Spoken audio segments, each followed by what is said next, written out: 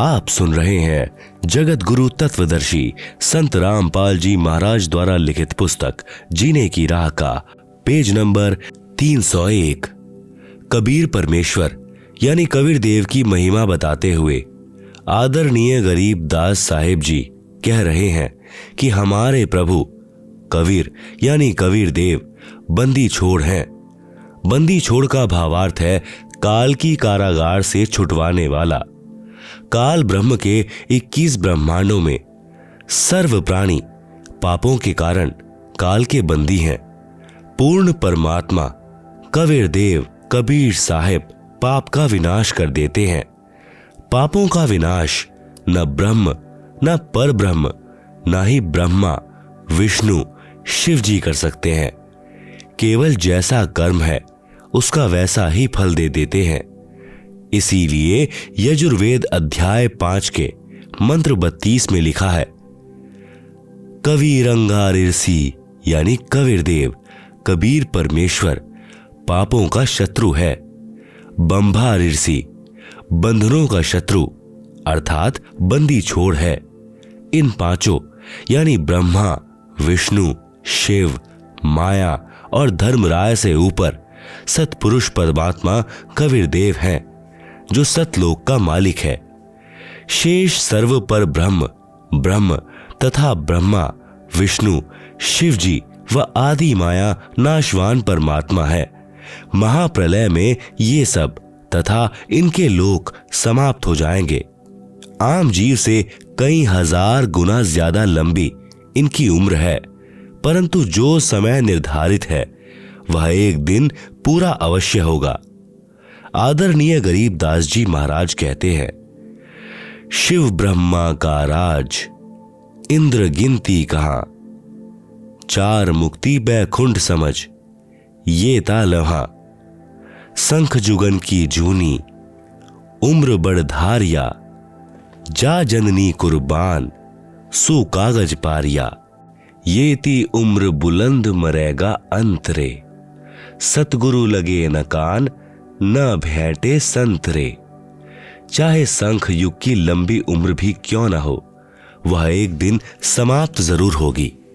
यदि सतपुरुष परमात्मा यानी कबीर देव कबीर साहिब के नुमाइंदे पूर्ण संत यानी गुरु जो 3 नाम का मंत्र जिसमें एक ओम तत् सत सांकेतिक है देता है तथा उसे पूर्ण संत द्वारा नाम दान करने का आदेश है, उससे उपदेश लेकर नाम की कमाई करेंगे तो हम सतलोक के अधिकारी हंस हो सकते हैं। सत्य साधना बिना बहुत लंबी उम्र कोई काम नहीं आएगी, क्योंकि निरंजन लोक में दुख ही दुख है। कबीर साहब कहते हैं, जीव ना तो थोड़ा ही भला जय सत सुमरन होए, लाख वर्ष का जीवना लेखे धरे न कोय। कबीर साहिब अपनी पूर्ण ब्रह्म की जानकारी स्वयं बताते हैं कि इन परमात्माओं से ऊपर असंख्य भुजा का परमात्मा सतपुरुष है जो सत्यलोक यानी सच्चखंड सतनाम में रहता है तथा उसके अंतर्गत सर्वलोक यानी ब्रह्म काल के 21 ब्रह्मांड व ब्रह्मा विष्णु शिव शक्ति के लोक तथा पर ब्रह्म के 7 संख ब्रह्मांड व अन्य सर्व ब्रह्मांड आते हैं और वहां पर सत्य नाम सार नाम के जाप द्वारा जाया जाएगा जो पूरे गुरु से प्राप्त होता है। सच्चखंड यानी सतलोक में जो आत्मा चली जाती है उसका पुनर्जन्म नहीं होता। सतपुरुष यानी पूर्ण ब्रह्म कबीर साहिब यानी कबीर देव ही अन्य लोकों में स्वयं ही भिन्न भिन्न नामों से विराजमान है। जैसे अलख लोक में अलख पुरुष, अगम लोक में अगम पुरुष तथा अकह लोक में अनामी पुरुष रूप में विराजमान है। ये तो उपमात्मक नाम है, परंतु वास्तविक नाम उस पूर्ण पुरुष का कबीर देव यानी भाषा भिन्न होकर कबीर साहिब है। आप सुन रहे हैं जगत गुरु तत्वदर्शी संत रामपाल जी महाराज द्वारा लिखित पुस्तक जीने की राह का पेज नंबर 302। आदरणीय नानक साहेब जी की वाणी में सृष्टि रचना का संकेत। श्री नानक साहेब जी की अमृतवाणी महला 1, राग बिलावलू। अंश 1, गुरु ग्रंथ पृष्ठ 839। आपे सचू किया कर जोड़ी, अंडज फोड़ी जोड़ी विछोड़। धरती आकाश किए बैसण क उठाऊ, राति दिनंतु किए भव भाव। जिन किए करी वे खनहारा, तृतीया ब्रह्मा विष्णु महेशा। देवी देव उपाय वेसा, पौन पानी अग्नि बिसराऊ। ताही निरंजन साचो नाऊ, तिसु मही मनुआ रहिया लिवलाई। प्रणवती नानकु कालू न खाई। उपरोक्त अमृतवाणी का भावार्थ है कि सच्चे परमात्मा यानी सत्पुरुष ने स्वयं ही अपने हाथों से सर्व सृष्टि की रचना की है। उसी ने अंडा बनाया, फिर फोड़ा तथा उसमें से ज्योति निरंजन निकला। उसी पूर्ण परमात्मा ने सर्व प्राणियों के रहने के लिए धरती, आकाश, पवन, पानी आदि 5 तत्व रचे। अपने द्वारा रची सृष्टि का स्वयं ही साक्षी है, दूसरा कोई सही जानकारी नहीं दे सकता। फिर अंडे के फूटने से निकले निरंजन के बाद तीनों श्री ब्रह्मा जी, श्री विष्णु जी तथा श्री शिव जी की उत्पत्ति हुई तथा अन्य देवी देवता उत्पन्न हुए तथा अनगिनत जीवों की उत्पत्ति हुई। उसके बाद अन्य देवों के जीवन चरित्र तथा अन्य ऋषियों के अनुभव के 6 शास्त्र तथा 18 पुराण बन गए। पूर्ण परमात्मा के सच्चे नाम यानी सत्य नाम की साधना अनन्य मन से करने से तथा गुरु मर्यादा में रहने वाले प्रणवती को श्री नानक जी कह रहे हैं कि काल नहीं खाता। राग मारू। अंश अमृतवाणी महला 1, गुरु ग्रंथ पृष्ठ 1037। सुनहु ब्रह्मा विष्णु महेशु उपाय, सुने वर्ते जुग सबाय। इसु पद बिचारे सो जनु पुरा, तिस मिलिए भरमु चुकाईदा। साम वेदु रजु जुजरू अथर बनु, ब्रह्मे मुख माया है त्रैगुण। ताकी कीमत कही न सके, कोतियु बोले जीव बुलाईदा। उपरोक्त अमृतवाणी का सारांश है कि जो संत पूर्ण सृष्टि रचना सुना देगा तथा बताएगा कि अंडे के 2 भाग होकर कौन निकला, जिसने फिर ब्रह्मलोक की सुन्न में अर्थात गुप्त स्थान पर ब्रह्मा विष्णु शिव जी की उत्पत्ति की, तथा वह परमात्मा कौन है जिसने ब्रह्म यानी काल के मुख से 4 वेदों यानी पवित्र ऋग्वेद, यजुर्वेद, सामवेद, अथर्ववेद को उच्चारण करवाया। वह पूर्ण परमात्मा जैसा चाहे वैसे ही प्रत्येक प्राणी को बुलवाता है। इस सर्व ज्ञान को पूर्ण बताने वाला संत मिल जाए तो उसके पास जाइए तथा जो सभी शंकाओं का पूर्ण निवारण करता है वही पूर्ण संत अर्थात तत्वदर्शी है।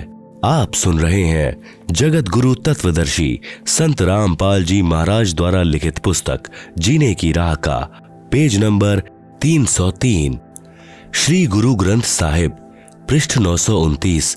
अमृतवाणी श्री नानक साहेब जी की राग राम कली महला 1 दखनी ओंकार।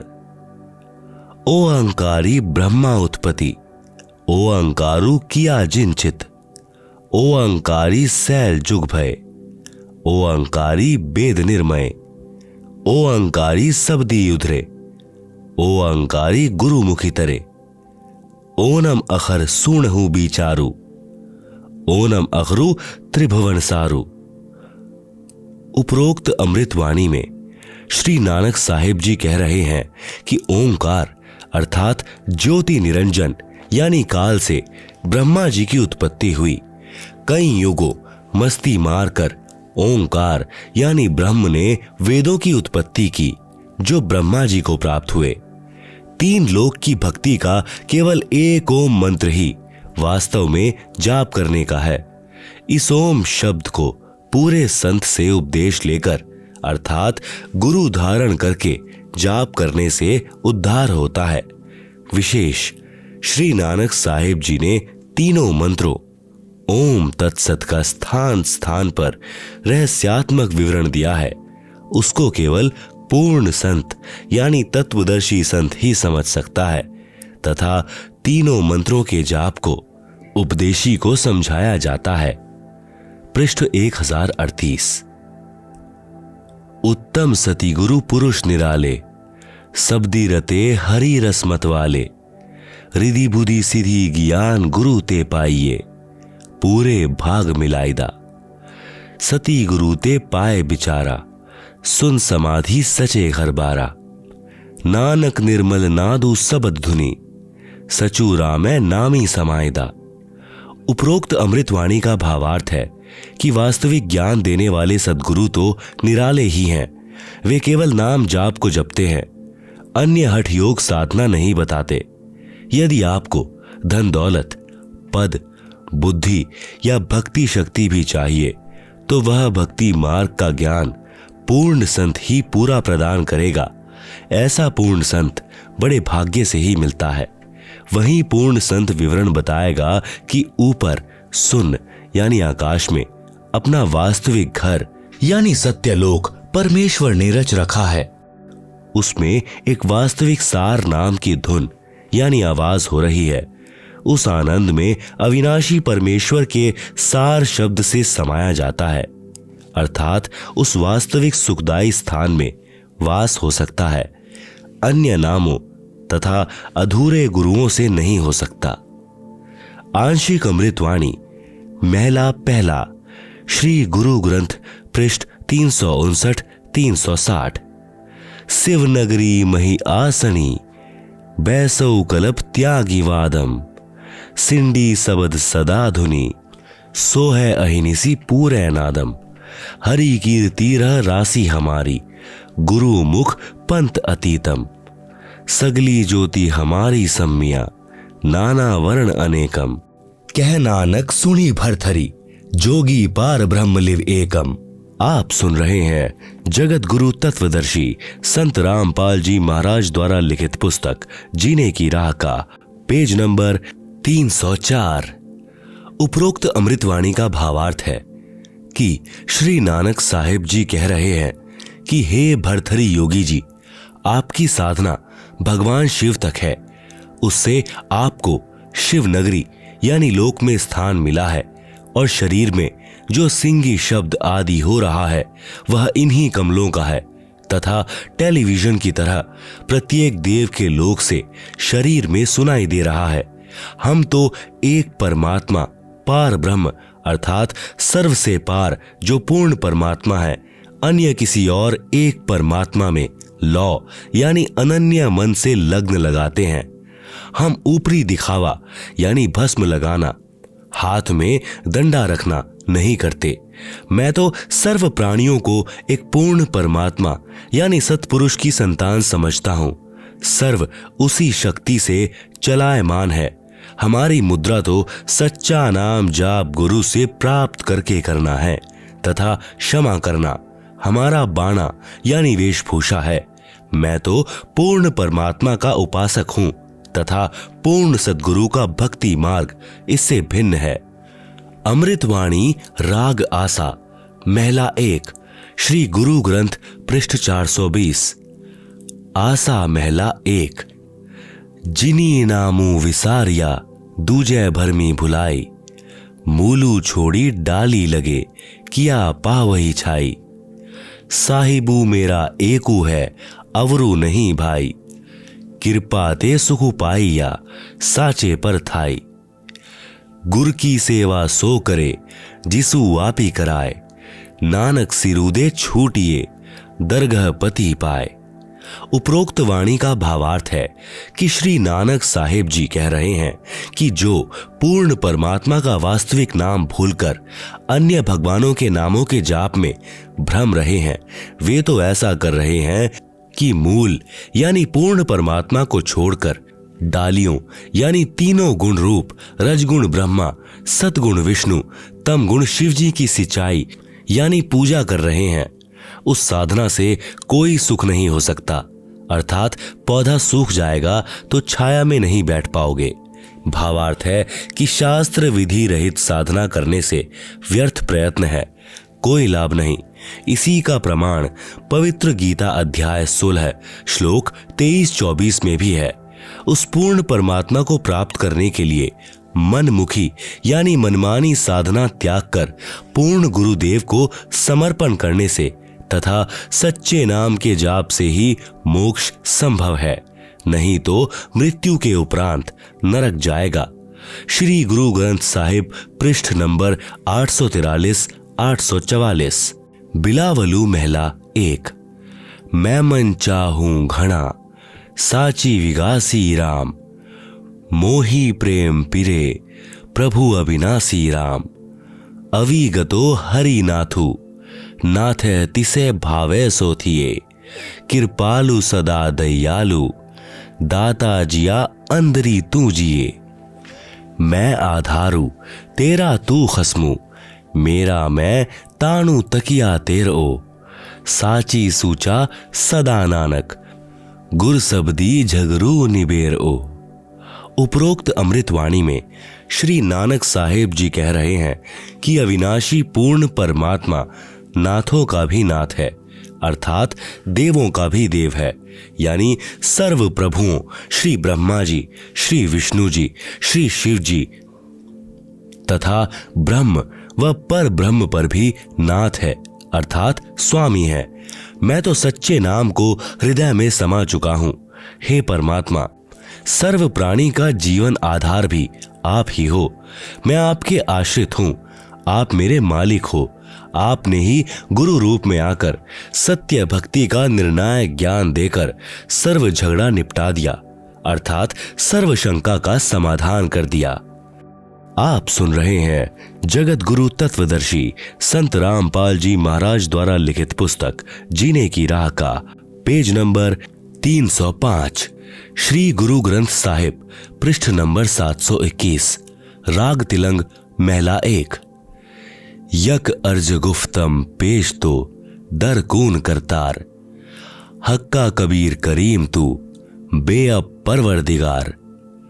नानक बुगोयद जंतुरा तेरा चाकरा पाखाक।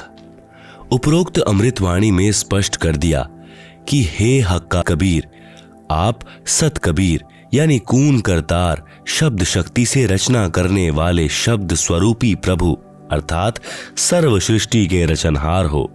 आप ही बेऐब निर्विकार परवरदिगार सर्व के पालन करता दयालु प्रभु हो। मैं आपके दासों का भी दास हूं। श्री गुरु ग्रंथ साहिब पृष्ठ नंबर 24, राग सीरी महला 1। तेरा एक नाम तारे संसार, मैं एहा आस एहो आधार। नानक नीच कहे विचार, धानक रूप रहा करतार। उपरोक्त अमृतवाणी में प्रमाण किया है कि जो काशी में धानक यानी जुलाहा है, यही करतार यानी कुल का सृजनहार है। अति आधीन होकर श्री नानक साहेब जी कह रहे धानक अर्थात कबीर जुलाहा ही पूर्ण ब्रह्म यानी सत्पुरुष है। विशेष उपरोक्त प्रमाणों के सांकेतिक ज्ञान से प्रमाणित हुआ सृष्टि रचना कैसे हुई। पूर्ण परमात्मा की प्राप्ति करनी चाहिए, जो पूर्ण संत से नाम लेकर ही संभव है। अन्य संतों द्वारा सृष्टि रचना की दंत कथा। अन्य संतों द्वारा जो सृष्टि रचना का ज्ञान बताया है वह कैसा है, कृपया निम्न पढ़ें। सृष्टि रचना के विषय में राधा स्वामी पंथ के संतों के व धन धन सतगुरु पंथ के संत के विचार। पवित्र पुस्तक जीवन चरित्र परम संत बाबा जयमल सिंह जी महाराज पृष्ठ नंबर 102-103 से सृष्टि की रचना। सावन कृपाल पब्लिकेशन दिल्ली। पहले सतपुरुष निराकार था, फिर इजहार यानी आकार में आया तो ऊपर के 3 निर्मल लोक बन गया तथा प्रकाश तथा मंडलों का नाद यानी धुनी बन गया। पवित्र पुस्तक सारवचन यानी नसर प्रकाशक राधा स्वामी सत्संग सभा दयाल बाग आगरा। सृष्टि की रचना पृष्ठ 8। प्रथम धूधूकार था। उसमें पुरुष सुन्न समाध में थे जब कुछ रचना नहीं हुई थी। फिर जब मौज हुई तब शब्द प्रकट हुआ और उससे सब रचना हुई। पहले सतलोक और फिर सतपुरुष की कला से 3 लोक और सब विस्तार हुआ। आप सुन रहे हैं जगत गुरु तत्वदर्शी संत रामपाल जी महाराज द्वारा लिखित पुस्तक जीने की राह का पेज नंबर 306। यह ज्ञान तो ऐसा है जैसे एक समय कोई बच्चा नौकरी लगने के लिए साक्षात्कार यानी इंटरव्यू के लिए गया। अधिकारी ने पूछा कि आपने महाभारत लिखा है। अधिकारी ने प्रश्न किया कि 5 पांडवों के नाम बताओ। लड़के ने उत्तर दिया कि एक भीम था, एक उसका बड़ा भाई था, एक उससे छोटा था, एक और था तथा एक का नाम मैं भूल गया। उपरोक्त सृष्टि रचना का ज्ञान तो ऐसा है। सतपुरुष व सतलोक की महिमा बताने वाले वह 5 नाम ओंकार, ज्योति निरंजन, निरंकार, सोहम, सत्य नाम देने वाले वह 3 नाम अकाल मूर्ति, सतपुरुष, शब्द स्वरूपी राम देने वाले संतों द्वारा रची पुस्तकों से कुछ निष्कर्ष। संत मत प्रकाश भाग 3 पृष्ठ 76 पर लिखा है कि सच्चखंड या सतनाम चौथा लोक है। यहां पर सतनाम को स्थान कहा है। फिर इस पवित्र पुस्तक के पृष्ठ नंबर 79 पर लिखा है कि तीसरा राम ब्रह्म, चौथा राम सतनाम, यह असली राम है। फिर पवित्र पुस्तक संत मंत प्रकाश पहला भाग पृष्ठ नंबर 17 पर लिखा है कि वह सतलोक है, उसी को सतनाम कहा जाता है। पवित्र पुस्तक सार वचन नसर यानी वार्तिक पृष्ठ नंबर 3 पर लिखा है कि अब समझना चाहिए कि राधा स्वामी पद सबसे ऊंचा मुकाम है, जिसको संतों ने सतलोक और सच्चखंड और सार शब्द और सत शब्द और सतनाम और सतपुरुष करके बयान किया है।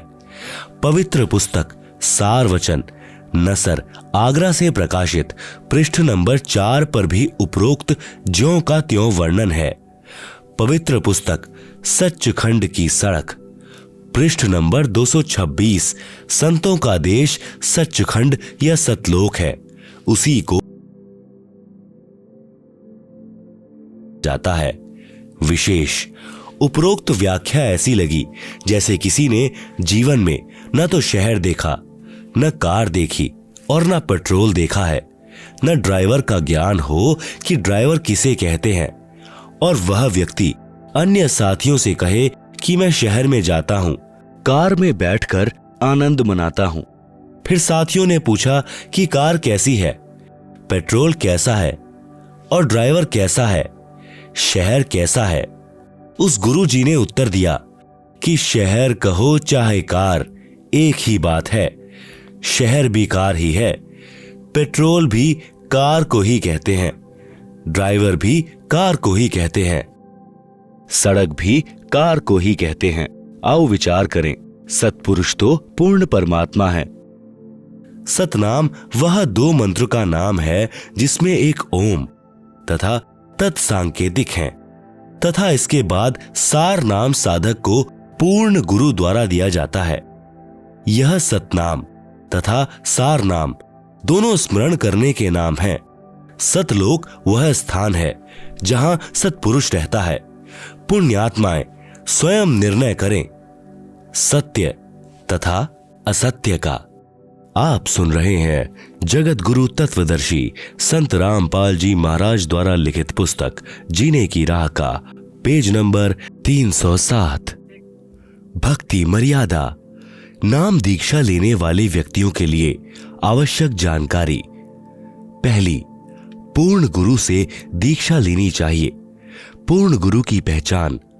आज कलयुग में भक्त समाज के सामने पूर्ण गुरु की पहचान करना सबसे जटिल प्रश्न बना हुआ है, लेकिन इसका बहुत ही लघु और साधारण सा उत्तर है कि जो गुरु शास्त्रों के अनुसार भक्ति करता है और अपने अनुयायियों अर्थात शिष्यों द्वारा करवाता है वही पूर्ण संत है।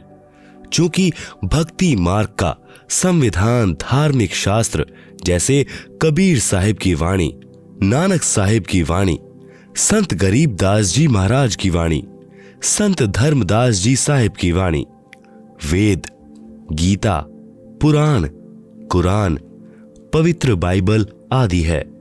जो भी संत शास्त्रों के अनुसार भक्ति साधना बताता है और भक्त समाज को मार्गदर्शन करता है तो वह पूर्ण संत है। अन्यथा वह भक्त समाज का घोर दुश्मन है जो शास्त्रों के विरुद्ध साधना करवा रहा है, इस अनमोल मानव जन्म के साथ खिलवाड़ कर रहा है।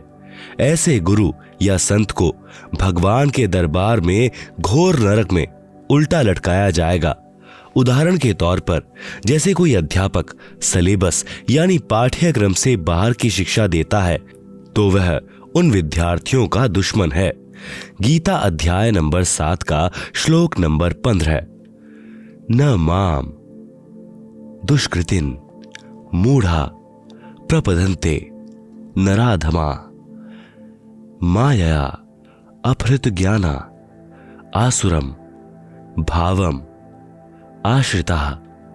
अनुवाद, माया के द्वारा जिनका ज्ञान हरा जा चुका है ऐसे आसुर स्वभाव को धारण किए हुए मनुष्य में नीच दूषित कर्म करने वाले मूर्ख मुझको नहीं भजते।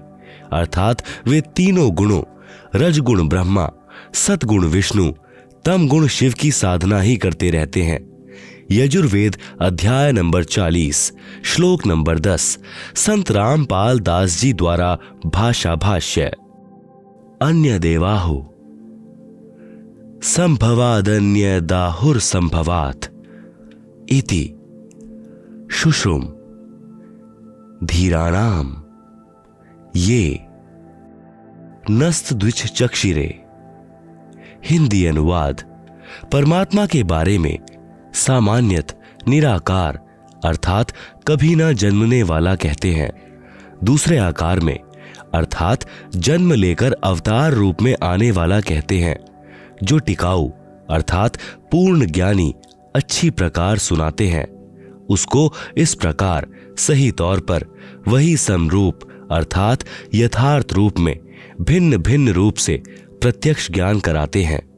गीता अध्याय नंबर 4 का श्लोक नंबर 34।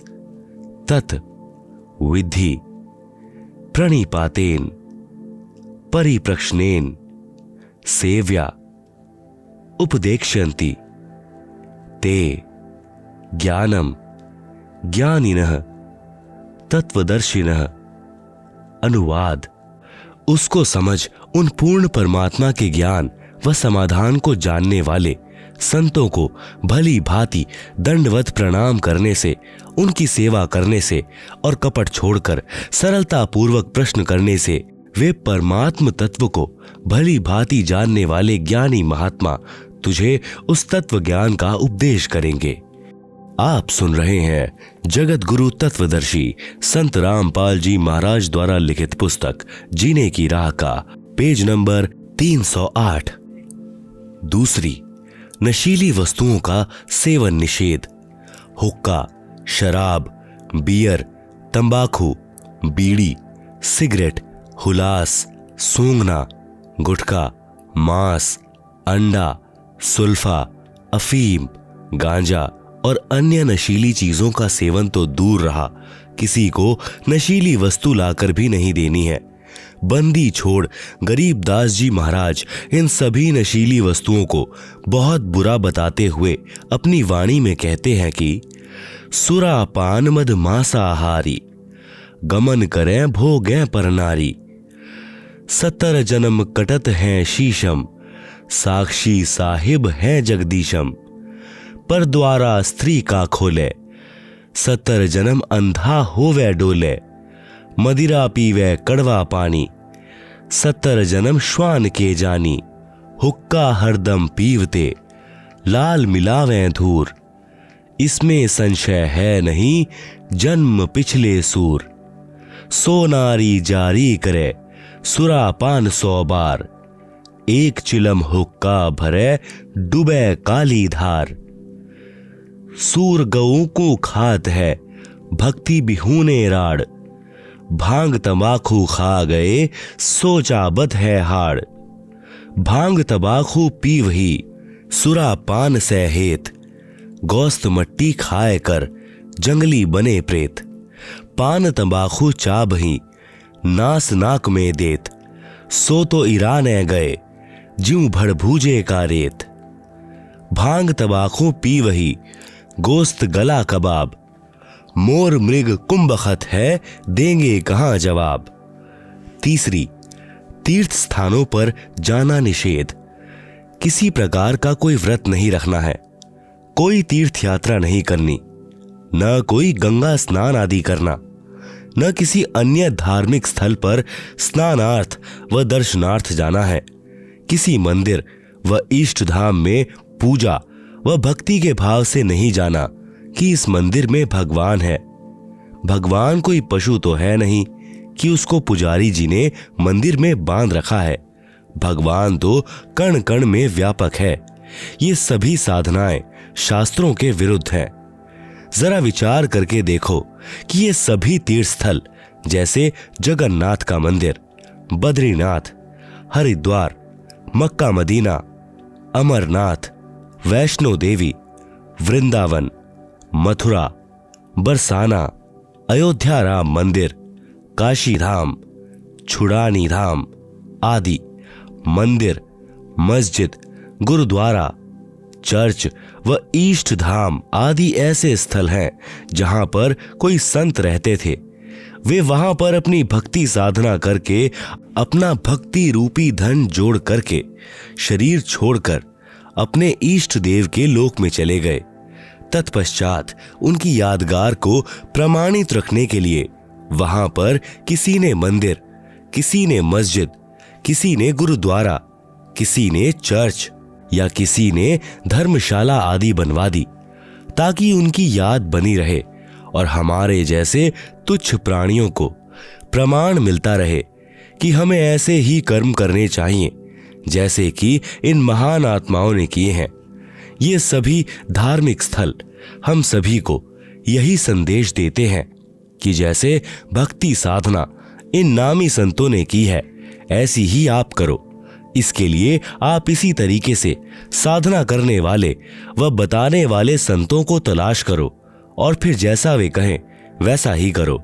लेकिन बाद में इन स्थानों की ही पूजा प्रारंभ हो गई, जो कि बिल्कुल व्यर्थ है और शास्त्रों के विरुद्ध है। ये सभी स्थान तो एक ऐसे स्थान की भांति हैं जहां पर किसी हलवाई ने भट्टी बनाकर जलेबी, लड्डू आदि बनाकर स्वयं खाकर और अपने सगे साथियों को खिलाकर चले गए। उसके बाद में उस स्थान पर न तो वह हलवाई है और न ही मिठाई, फिर तो वहां केवल भट्टी ही है। वह न तो हमारे को मिठाई बनाना सिखला सकती है और न ही हमारा पेट यानी उदर भर सकती है। अब कोई कहे कि आओ भैया, आपको वह भट्टी दिखाकर लाऊंगा जहां पर एक हलवाई ने मिठाई बनाई थी, चलो चलते हैं। वहां जाकर उस भट्टी को देख लिया और 7 चक्कर भी काट आए। क्या आपको मिठाई मिली? क्या आपको मिठाई बनाने की विधि बताने वाला हलवाई मिला? इसके लिए आपने वैसा ही हलवाई खोजना होगा जो सबसे पहले आपको मिठाई खिलाए और बनाने की विधि भी बताए। फिर जैसे वे कहें केवल वही करना, अन्य नहीं। आप सुन रहे हैं जगत गुरु तत्वदर्शी संत रामपाल जी महाराज द्वारा लिखित पुस्तक जीने की राह का पेज नंबर 309। ठीक इसी प्रकार तीर्थ स्थानों की पूजा न करके वैसे ही संतों की तलाश करो जो शास्त्रों के अनुसार पूर्ण परमात्मा कबीर साहिब की भक्ति करते व बताते हों। फिर जैसे वे कहें केवल वही करना, अपनी मनमानी नहीं करना।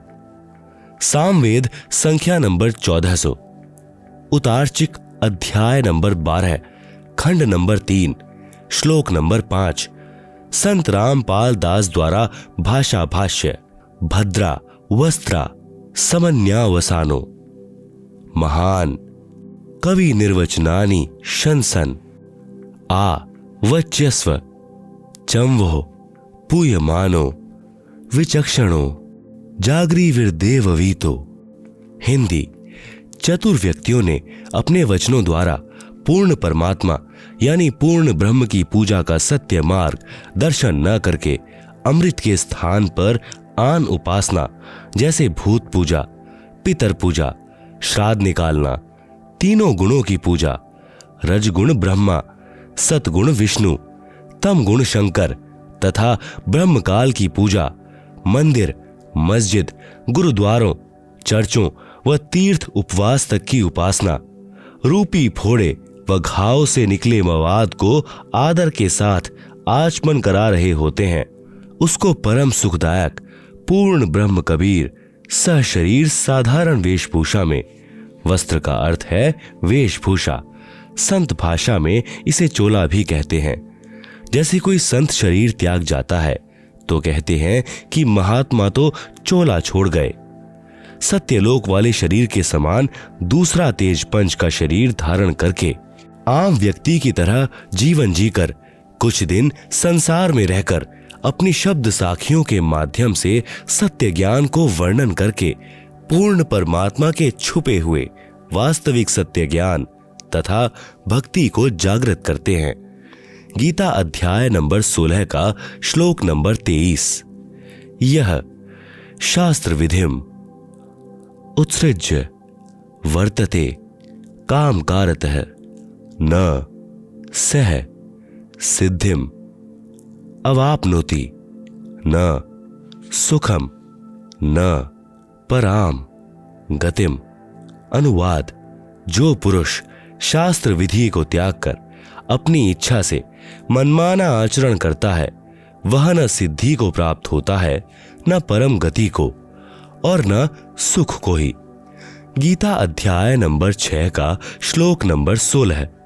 न अति अश्रणतः तु योगः अस्ति न च एकांतम अनश्रणतः न च अति स्वप्नशीलस्य जागृतः न एव च। अर्जुन। आप सुन रहे हैं जगत गुरु तत्वदर्शी संत रामपाल जी महाराज द्वारा लिखित पुस्तक जीने की राह का पेज नंबर 310। अनुवाद। हे अर्जुन, यह योग अर्थात भक्ति न तो बहुत खाने वाले का और न बिल्कुल न खाने वाले का, न एकांत स्थान पर आसन लगाकर साधना करने वाले का तथा न बहुत शयन करने के स्वभाव वाले का और न सदा जागने वाले का ही सिद्ध होता है। पूजे देई धाम को शीश हलावे जो, गरीब दास साची कहे हद काफिर है सो। कबीर। गंगा काट है घर करे पीवे निर्मल नीर, मुक्ति नहीं हरि नाम बिन सतगुरु कहे कबीर। कबीर। तीर्थ कर कर जग मुवा उड़े पानी नहाए, राम ही नाम ना जपा काल घसीटे जाए। गरीब। पीतल ही का थाल है पीतल का लोटा, जड़ मूरत को पूजते आवेगा टोटा। गरीब। पीतल चमचा पूजिए जो थाल परोसे, जड़ मूरत किस काम की मती रहो भरोसे। कबीर। पर्वत पर्वत मैं फिरया कारण अपने राम, राम सरीखे जन मिले जिन सारे सब काम। चौथी। पितर पूजा निषेध। किसी प्रकार की पितर पूजा, श्राद्ध निकालना आदि कुछ नहीं करना है। भगवान श्री कृष्ण जी ने भी इन पितरों की व भूतों की पूजा करने से साफ मना किया है। गीता जी के अध्याय नंबर 9 के श्लोक नंबर 25 में कहा है कि यान्ति देवव्रता देवान पितृऋण यान्ति पितृव्रता भूतानि यान्ति भूतेज्यः मधाजिनः अपि माम। अनुवाद। देवताओं को पूजने वाले देवताओं को प्राप्त होते हैं, पितरों को पूजने वाले पितरों को प्राप्त होते हैं, भूतों को पूजने वाले भूतों को प्राप्त होते हैं, और मतानुसार पूजन करने वाले भक्त मुझसे ही लाभान्वित होते हैं। बंदी छोड़ गरीब दास जी महाराज और कबीर साहिब जी महाराज भी कहते हैं, गरीब भूत रमै सो भूत है, देव रमै सो देव, राम रमै सो राम है, सुनो सकल सुरभेव। इसलिए उस पूर्ण परमात्मा परमेश्वर की भक्ति करो जिससे पूर्ण मुक्ति होवे। वह परमात्मा पूर्ण ब्रह्म सत्पुरुष यानी सत कबीर है। इसी का प्रमाण गीता जी के अध्याय नंबर 18 के श्लोक नंबर 46 में है। यतः प्रवृत्तिर्भूतानां येन सर्वमिदं ततं स्वकर्मणा तंभयचर्य सिद्धि विदन्ति मानवः। अनुवाद, जिस परमेश्वर से संपूर्ण प्राणियों की उत्पत्ति हुई है और जिससे यह समस्त जगत व्याप्त है, उस परमेश्वर की अपने स्वाभाविक कर्मों द्वारा पूजा करके मनुष्य परम सिद्धि को प्राप्त हो जाता है। गीता अध्याय नंबर 18 का श्लोक नंबर 62। तमेव शरणं गच्छ सर्वभावेन भारत, तत्प्रसादात् परां शांतिं स्थानं प्राप्स्यसि शाश्वतम्। अनुवाद, हे भरत वंशोद्भव अर्जुन, तू सर्वभाव से उस ईश्वर की ही शरण में चला जा। उसकी कृपा से तू परम शांति यानी संसार से सर्वदा उप्रति को और अविनाशी परम पद को प्राप्त हो जाएगा। सर्वभाव का तात्पर्य है कि कोई अन्य पूजा न करके मन कर्म वचन से एक परमेश्वर में आस्था रखना। आप सुन रहे हैं जगत गुरु तत्वदर्शी संत रामपाल जी महाराज द्वारा लिखित पुस्तक जीने की राह का पेज नंबर 311 है। गीता अध्याय नंबर 8 का श्लोक नंबर 22। पुरुषः स परः पार्थ भक्त्या लभ्यस्त्व नन्यया यस्यान्तः स्थानि भूतानि येन सर्वमिदं ततं। अनुवाद, हे पंथानंदन अर्जुन, संपूर्ण प्राणी जिसके अंतर्गत हैं और जिससे यह संपूर्ण संसार व्याप्त है, वह परम पुरुष परमात्मा तो अनन्य भक्ति से प्राप्त होने योग्य है। अनन्य भक्ति का तात्पर्य है एक परमेश्वर यानी पूर्ण ब्रह्म की भक्ति करना। दूसरे देवी देवताओं अर्थात तीनों गुणों रजगुण ब्रह्मा, सतगुण विष्णु, तम गुण शिव की नहीं। गीता जी के अध्याय नंबर 15 का श्लोक नंबर 1 से 4। गीता अध्याय नंबर 15 का श्लोक नंबर 1। उधर्व मूलम अधः शाखम अश्वत्थम प्राहुः अव्ययम छंदासी यस्य पर्णानि यह तम वेद सह वेदवित्। अनुवाद, ऊपर को जड़ वाला नीचे को शाखा वाला अविनाशी विस्तृत संसार रूपी पीपल का वृक्ष है, जिसके छोटे छोटे हिस्से या टहनियां पत्ते कहे हैं। उस संसार रूप वृक्ष को जो इस प्रकार जानता है वह पूर्ण ज्ञानी अर्थात तत्वदर्शी है। गीता अध्याय नंबर 15 का श्लोक नंबर 2। अधः च ऊर्ध्वम् प्रसितः तस्य शाखा गुण प्रवृद्धा विषय प्रवाला अधः च मूलानि अनुसंततानि कर्मानुबंधिनी मनुष्यलोके। अनुवाद, उस वृक्ष की नीचे और ऊपर तीनों गुणों ब्रह्मा रजगुण, विष्णु सतगुण, शिव तम गुण रूपी फैली हुई विकार काम क्रोध मोह लोभ अहंकार रूपी कोपल डाली ब्रह्मा विष्णु शिव ही जीव को कर्मों में बांधने की भी जड़ें अर्थात मूल कारण है, तथा मनुष्य लोक स्वर्ग नरक लोक पृथ्वी लोक के नीचे यानी 84 लाख जूनियों में ऊपर व्यवस्थित किए हुए हैं। गीता अध्याय नंबर 15 का श्लोक नंबर 3। न रूपम अस्य इह तथा उपलभ्यते न अंतः न च आदि न च संप्रतिष्ठा अश्वत्थम एनम सुविरूढ़ मूलम असडंगस्त्रेन दृढ़ेन छित्वा।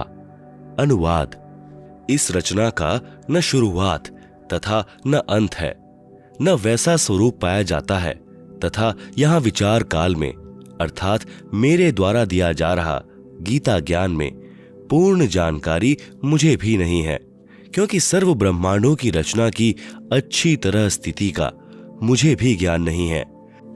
इस अच्छी तरह स्थायी स्थिति वाला मजबूत स्वरूप वाले निर्लेप तत्व ज्ञान रूपी दृढ़ शस्त्र से अर्थात निर्मल तत्व ज्ञान के द्वारा काटकर अर्थात निरंजन की भक्ति को क्षणिक जानकर गीता अध्याय नंबर 15 का श्लोक नंबर 4 ततः पदम तत्परिमार्गितव्यम यस्मिग्नता न निवर्तन्ति भूयः तमेव चाहम पुरुषम प्रपद्ये यतः प्रवृत्ति प्रसिता पुराणी।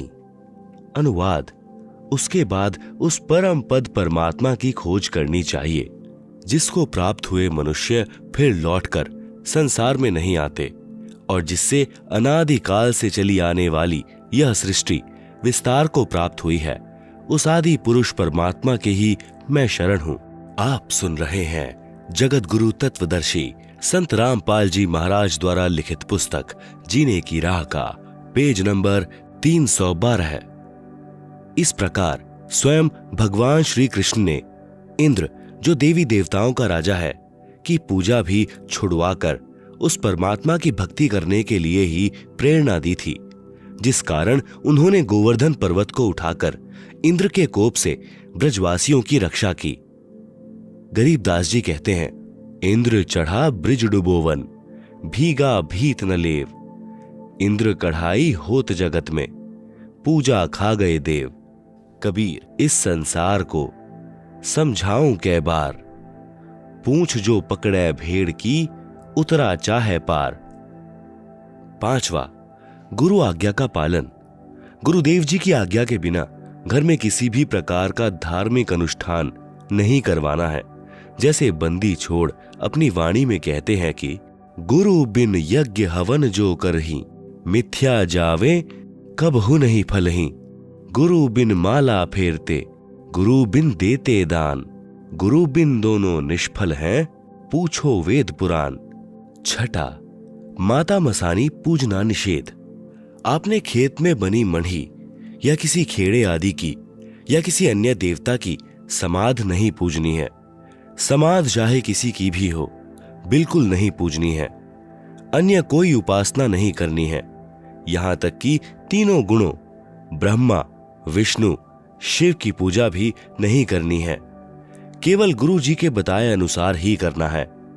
गीता अध्याय नंबर 7 का श्लोक नंबर 15। न माम दुष्कृतिनः मूढ़ा प्रपदन्ते नराधमा मायया अपहृत ज्ञानः आसुरम भावम आश्रितः। अनुवाद: माया के द्वारा जिनका ज्ञान हरा जा चुका है, ऐसे आसुर स्वभाव को धारण किए हुए मनुष्य, नीच दूषित कर्म करने वाले मूर्ख मुझको नहीं भजते। अर्थात वे तीनों गुणों रजगुण ब्रह्मा, सतगुण विष्णु, तमगुण शिव की साधना ही करते रहते हैं। कबीर, माई मसानी शेर शीतला, भैरव भूत हनुमंत, परमात्मा उनसे दूर हैं जो इनको पूजंत। 100 वर्ष तो गुरु की सेवा, एक दिन आन उपासी, वे अपराधी आत्मा परय काल की फांसी। गुरु को तजय भजय जो आना, तापसवा को फोकट ज्ञाना। 7वां, संकट मोचन कबीर साहब हैं। कर्म कष्ट यानी संकट होने पर कोई अन्य इष्ट देवता की या माता मसानी आदि की पूजा कभी नहीं करनी है, न किसी प्रकार की बुझा पड़वानी है। केवल बंदी छोड़ कबीर साहब को पूजना है, जो सभी दुखों को हरने वाले संकट मोचन है।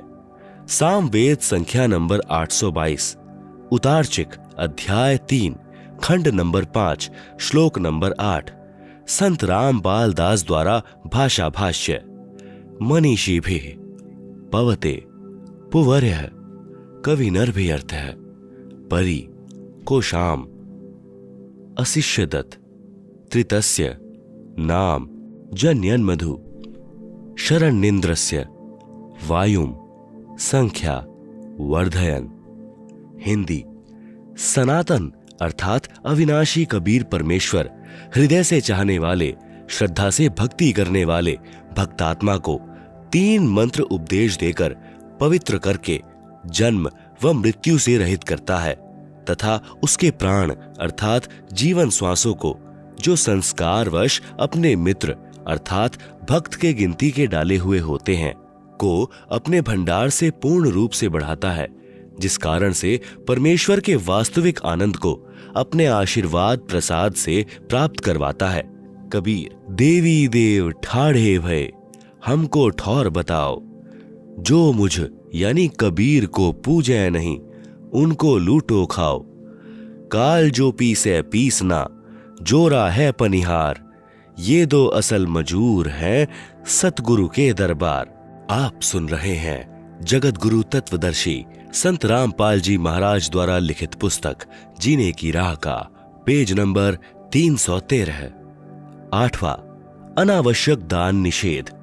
कहीं पर और किसी को दान रूप में कुछ नहीं देना है, न पैसे, न बिना सिला हुआ कपड़ा आदि कुछ नहीं देना है।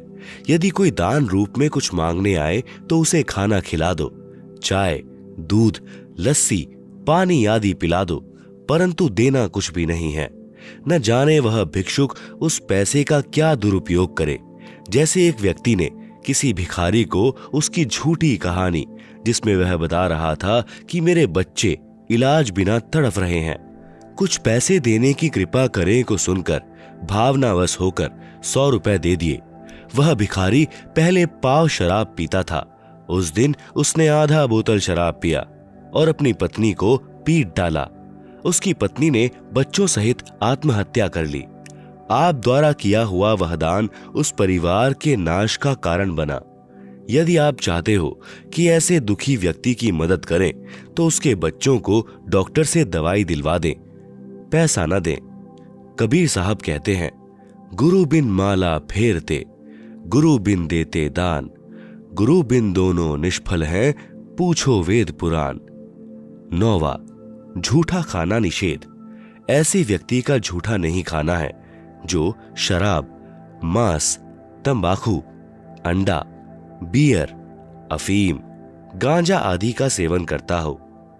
10वां, सत्यलोक गमन यानी देहांत के बाद क्रियाकर्म निषेध। यदि परिवार में किसी की मौत हो जाती है, चिता में अग्नि कोई भी दे सकता है, घर का या अन्य, तथा अग्नि प्रज्वलित करते समय मंगलाचरण बोल दें तो उसके फूल आदि कुछ नहीं उठाने हैं। यदि उस स्थान को साफ करना अनिवार्य है तो उन अस्थियों को उठाकर स्वयं ही किसी स्थान पर चलते पानी में बहा दें। उस समय मंगलाचरण उच्चारण कर दें।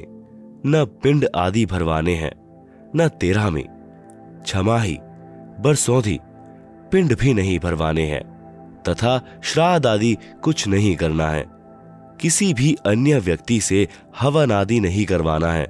संबंधी तथा रिश्तेदारों आदि जो शोक व्यक्त करने आए, उनके लिए कोई भी एक दिन नियुक्त करें। उस दिन प्रतिदिन करने वाला नित्य नियम करें, ज्योति जागृत करें, फिर सर्व को खाना खिलाएं। यदि आपने उसके यानी मरने वाले के नाम पर कुछ धर्म करना है तो अपने गुरुदेव जी की आज्ञा लेकर बंदी छोड़ गरीब दास जी महाराज की अमृतमयी वाणी का अखंड पाठ करवाना चाहिए। यदि पाठ करने की आज्ञा न मिले तो परिवार के उपदेशी भक्त 4 दिन या 7 दिन घर में एक अखंड ज्योत देशी घी की जलाएं तथा ब्रह्म गायत्री मंत्र प्रतिदिन 4 बार करें तथा 3 या 1 बार के मंत्र का दान संकल्प सतलोकवासी को करें। जैसा उचित समझें 1, 2, 3 तक मंत्र के जाप का फल उसे दान करें। प्रतिदिन की तरह ज्योति व आरती नाम स्मरण करते रहना है, याद रखते हुए कि साथी हमारे चले गए, हम भी चालनहार, कोई कागज में बाकी रह रही, ताते लाग रही वार, देह पड़ी तो क्या हुआ, झूठा सभी पटीट, पक्षी उड़िया आकाश को, चलता कर गया बीट। आप सुन रहे हैं जगत गुरु तत्वदर्शी संत रामपाल जी महाराज द्वारा लिखित पुस्तक जीने की राह का पेज नंबर 314, कर्म कांड के विषय में सत्य कथा। मेरे यानी संत रामपाल दास के पूज्य गुरुदेव स्वामी राम देवानंद जी महाराज को 16 वर्ष की आयु में किसी महात्मा के सत्संग सुनने से वैराग हो गया था। एक दिन वे खेतों में गए हुए थे, पास में ही वन था। वे वन में जाकर किसी मृत जानवर की हड्डियों के पास अपने कपड़े फाड़कर फेंक जाते हैं और स्वयं महात्मा जी के साथ चले जाते हैं। जब उनकी खोज हुई तो उनके घर वालों ने देखा कि वन में हड्डियों के पास फटे हुए कपड़े पड़े हैं, तो उन्होंने सोचा कि किसी जंगली जानवर ने उन्हें खा लिया है। उन कपड़ों तथा हड्डियों को उठाकर घर पर ले आते हैं और अंतिम संस्कार कर देते हैं। उसके बाद 13वीं तथा छमाही करते हैं और फिर श्राद्ध शुरू हो जाते हैं। जब मेरे पूज्य गुरुदेव बहुत वृद्ध हो चुके थे तो वे एक बार घर पर गए।